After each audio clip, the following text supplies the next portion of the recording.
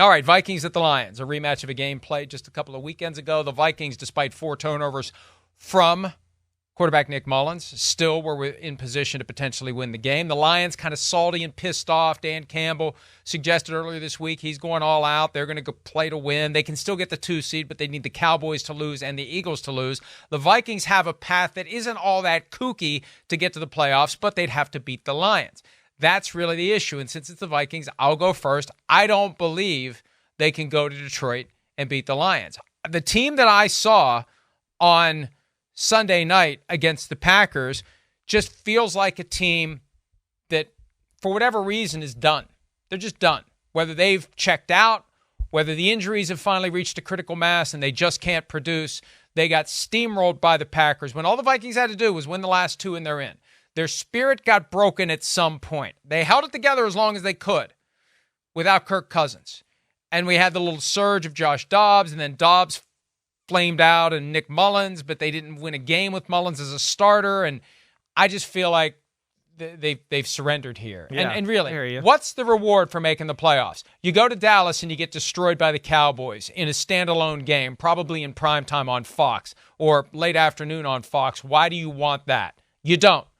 Lions win 27-20. I'm not saying the Vikings won't try. I just feel like the team that I saw last Sunday night is beaten and broken and ready for an extended break. Yeah, I hear you there. Some of those thoughts certainly go through my brain. I am going to be interested to see where it goes. Again, they are playing for something. Every time I've kind of thought or wanted to count this group out, O'Connell and Brian Flores kind of revive them, and they kind of surprise me, right? So that's where it's a little scary.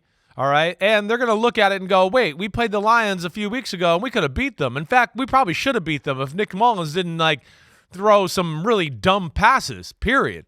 That's all there is to it. So there could be that positive vibe there, and they could also look at that and go, wait, we could have beat the Lions. The Lions beat the Cowboys, and why can't we go to Dallas and beat Dallas down there? Why can't they do that? They're going to try to sell themselves to that. Here's my other thing, too. I'm a little surprised with Detroit. If I were the Lions, I would not be playing this weekend. I know we all want to be the higher seed, but I think the likelihood of the Cowboys and the Eagles both losing is extremely low.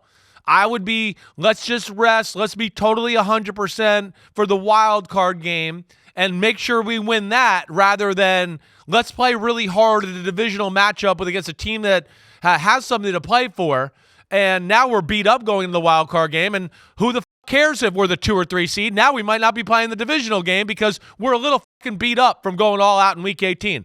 I don't think it's a smart move, let alone if Minnesota does beat them. Wow, that's real good for you, Detroit, going into the playoffs on a 2-game losing streak, and you lost to the Vikings the last week of the year. I don't see any positives. I really don't.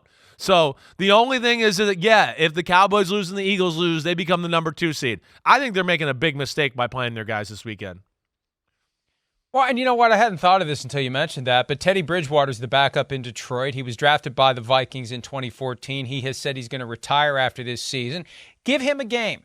Let him go out, because you never know when Jared Goff's going to get hurt during the postseason. I think there's value for some of these teams, like the 49ers playing Sam Darnold, the Ravens playing Tyler Huntley. Get these guys a little playing time. Get these guys some opportunity, because you never know when a quarterback's going to get hurt during the playoffs. I mean, we've seen umpteen quarterbacks get injured in the regular season. Do we think they're all going to stay healthy in the playoffs? Whoa. No. So team we saw win the Super Bowl maybe need their backup in the divisional round for a few drives, and they wouldn't have gotten to the Super Bowl if it weren't for that Chad Henne helping out the Chiefs, right, to drive them down the field and score against Jacksonville on what was that, a 96-yard drive, right?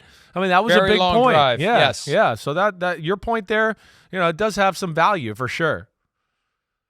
Jets at the Patriots. Wait, what could be Bill Belichick's final we picked the game. scores. Okay, What? I don't know if I said the score or not. Sorry, my bad.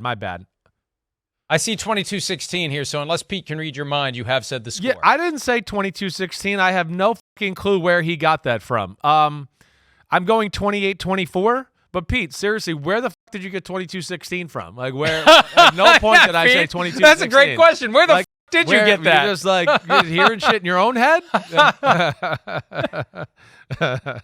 Yo, what up, homies? Thanks for watching. Remember, subscribe to Chris Simms Unbuttoned. Right now, we got Sunday pod, right? So you can have it Monday morning. We recap all the action. Wednesday, it's the What the Happened podcast. We're going to get deep in the weeds on the key matchups of the week. And then Thursday, I'm picking games with that jerk Florio. So you know where to find us, homies. Keep watching. Peace out. We'll see you.